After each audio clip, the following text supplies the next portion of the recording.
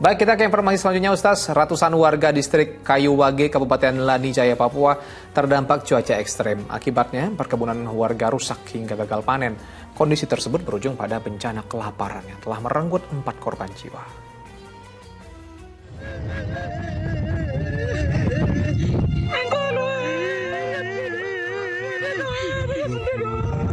Kesedihan menyelimuti warga distrik Kayuwage, Kabupaten Lanijaya, Papua. 4 warga distrik tersebut meninggal dunia akibat kelaparan.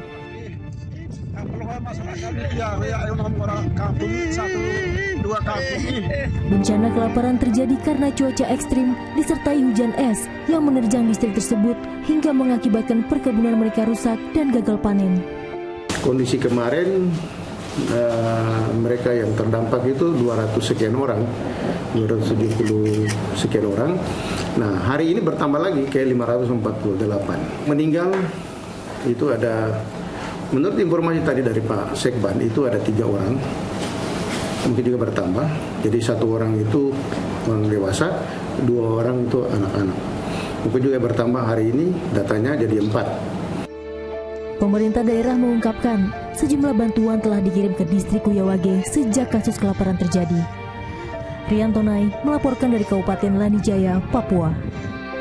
Innalillahi wa inna ilaihi raji'un. Yakin bahwa Allah Subhanahu wa taala pasti selalu memberi hikmah dari nikmat berupa bencana ini. Salah satunya adalah mengingatkan kita agar selalu berserah dan dekat dengannya, insya Allah. Sekaligus untuk kita juga nih, Ustaz, saya banyak yang masih membuang-buang makanan gitu ya, tidak habis makannya dibuang segala macam. Ini bisa dilihat ya, teman-teman kita di Papua malah tidak bisa makan, kelaparan hingga meninggal. Nah, Ustaz, sebenarnya Allah Subhanahu wa taala akan memberi nikmat berupa bencana alam atau musibah dikarenakan Yang Maha Kuasa tahu karena ada sebab ulah tangan manusia di sini hingga di luar kehendak manusia juga nih, Ustaz. Gimana nih, Ustaz? Ya, Mas Asran, ada 2 sudut pandang. Ada sudut pandang ilahiyah, ketuhanan, namun ada sudut pandang insaniyah, kemanusiaan.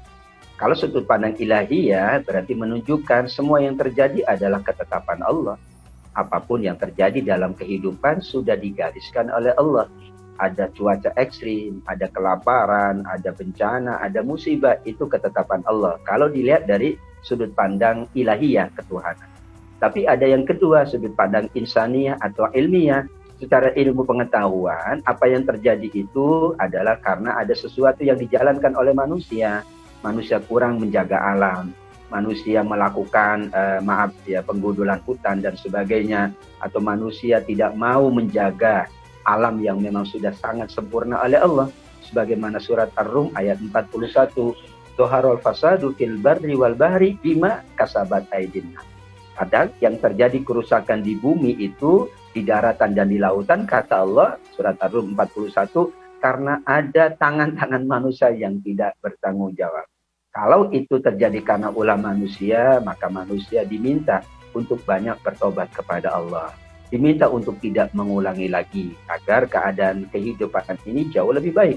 Namun kalau itu adalah dimensinya ilahiyah, memang itu takdir Allah, memang itu ketetapan Allah, maka manusia harus meyakini semua yang Allah tetapkan itu pasti untuk kebaikan. Meskipun kita tidak tahu kapan hikmah itu ada.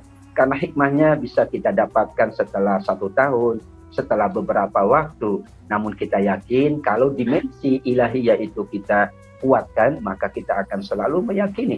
Namun dimensi ilmiah menjadi pertimbangan agar kita tidak melakukan hal-hal yang justru banyak orang atau banyak pihak yang mendapatkan kerugian karena ulah tangan manusia yang tidak bertanggung jawab.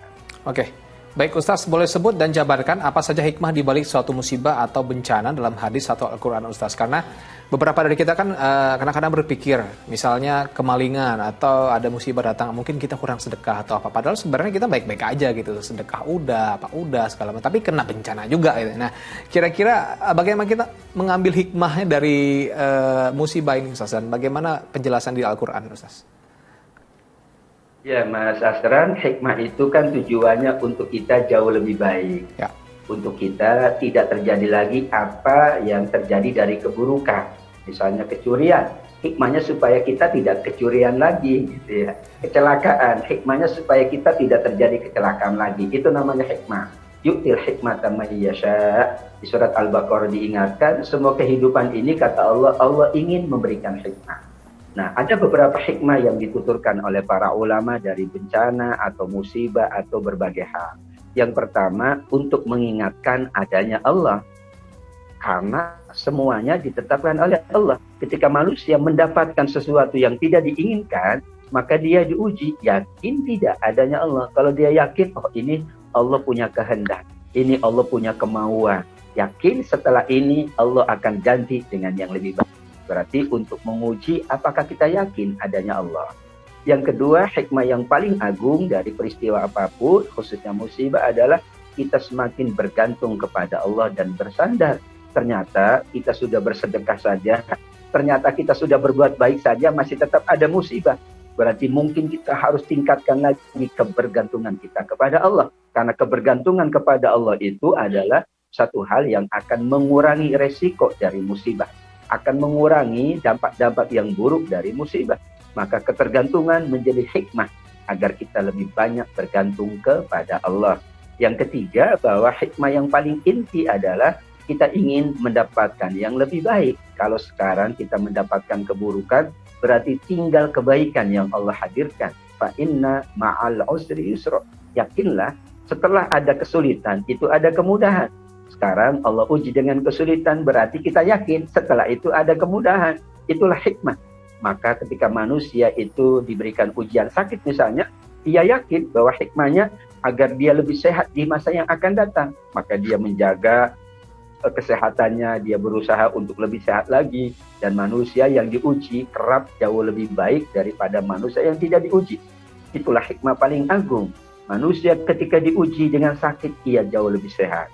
Diuji dengan kesulitan, ia jauh lebih mendapatkan kemudahan.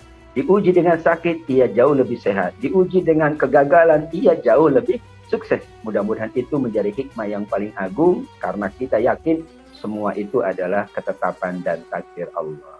Oke, Ustaz, saya punya pertanyaan yang cukup yang mengganggu saya, Ustaz. Jadi saya berpikir dulu itu, Ustaz, musibah itu bisa diatasi. Jadi sebelum datang, kita coba atasi dulu. Misalnya supaya nggak sakit, kita olahraga, kita makan sehat. Supaya misalnya nggak kemalingan, kita ikat pakai apa, misalnya pakai rantai gitu, gembok gitu ininya. Supaya nggak kebakaran, kita siapin ini segala macam. Nah, ini tuh berkorelasi tidak, Ustaz, antara apakah nanti kehendak Allah dengan yang dia putuskan dengan ikhtiar yang sudah kita lakukan gitu, Ustaz? Bisa dicegah nggak sini sebenarnya, Ustaz? Ya, Mas Asran, kita harus melakukan langkah antisipasi. Karena langkah antisipasi itu kewajiban. Tapi jangan kemudian kita jumawa bahwa sudah antisipasi, kemudian yakin pokoknya tidak akan terjadi apa-apa. Khawatir nanti dia jumawa sombong, dia lupa dengan Allah.